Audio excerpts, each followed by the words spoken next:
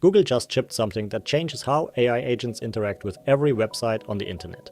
Here's what WebMCP means for you. AI agents have been trying to use websites the same way a blindfolded person uses a vending machine. Screenshots, DOM scraping, pixel by pixel guessing, 70% accuracy on a good day. But Google and Microsoft just shipped a W3C standard that turns every website into a structured AI tool. 98% accuracy, 89% fewer tokens.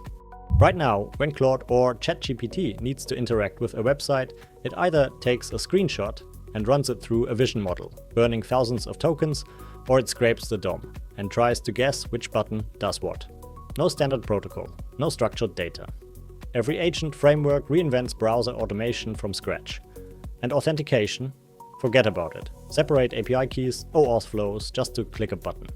WebMCP, Web Model Context Protocol, a W3C community group standard co-authored by Google and Microsoft.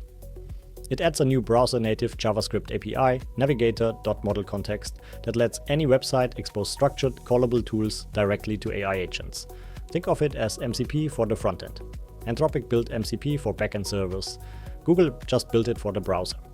The architecture has three components. First, the web page. It registers tools. Could be a travel site exposing a flight search function, or a code review tool exposing test run status. Second, the browser itself acts as mediator. Chrome sits in the middle, enforcing permissions, managing consent, mediating every tool call.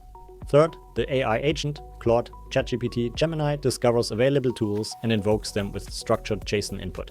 The browser is the trust layer. WebMCP gives you two ways to expose tools. The declarative approach is beautifully simple. Take any existing HTML form, add a few attributes, tool name, tool description, tool auto-submit, and you're done.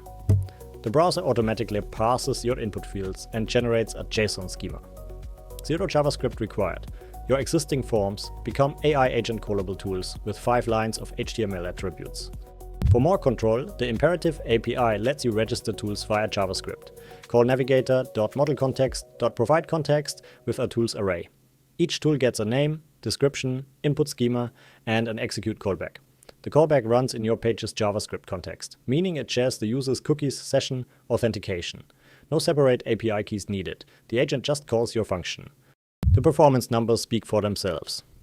Compared to traditional screenshot-based agents, 89% improvement in token efficiency, 67% reduction in computational overhead. And task accuracy jumps from roughly 70% to 98%. That's not incremental, that's a paradigm shift in how agents interact with the web.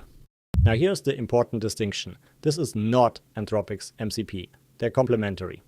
MCP is the backend protocol, JSON RPC over standard I/O, connecting AI platforms to server-side tools. WebMCP is the front-end protocol, a browser-native API connecting agents to client-side web pages. Together, they are the full stack of AI tool integration, backend and front-end, server and browser. The use cases are everywhere. E-commerce agents that search, filter, and check out through structured tools. Code review boards that check test results and suggest edits. Design tools where you collaborate with AI through natural language. Task managers that let agents add, complete, and organize without touching the DOM. Currently available in Chrome 146 Canary behind a flag. The spec is a W3C community group draft, not a formal standard yet. Security sections are still placeholder. Prompt injection through tool descriptions, data exfiltration through tool chaining, real concerns that need real answers. But the human-in-the-loop API with request user interaction is a solid start. WebMCP is the missing bridge between AI agents and the web. It's not production ready yet, but if you're building agent-powered experiences, start learning it now. Drop your questions in the comments, subscribe for more deep dives into the AI developer stack. I'll see you in the next one.